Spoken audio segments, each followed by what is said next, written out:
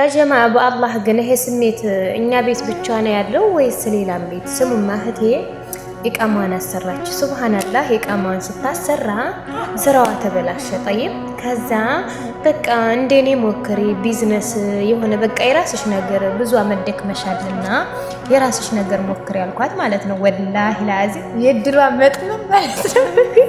ቲክቶክ መጣ ከ200 በላይ ይታይላትም። ጠይብ ይሄኔ ኢቃማ የብሬን ነው የምላችሁ። አሁን እዲሳቱ ነው የምላችሁ። ወላሂ እዲሳቱ አሁን ደርሷል። የሚገርማችሁ አሁን ይሄ ስንት ሺህ ሪያል እንደያዛት ታውቁም? 18 ሺህ ሪያል ነው ወላሂ ለአዚም የተከፈለበት።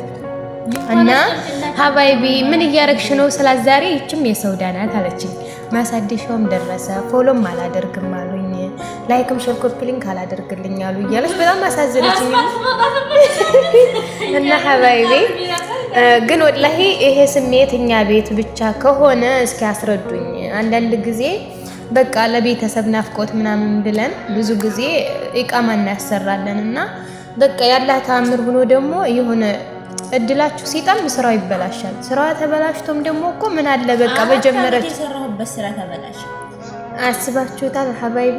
እና ባካችሁ ስሜቱን የምትረዱ ሰዎች ወላሂ ፎሎ አድርጓት።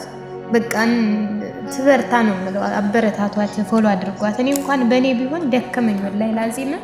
እና ምን ልላችሁ ፈልጌ ነው አትችም የሰውዳ ናት አለች። ማሳደሻውም ደረሰ። እስኪ ማሳደሻዋን እንኳን ተስራ ላይ ሼር ኮፒ ሊንክ አድርጉላት ጋይስ።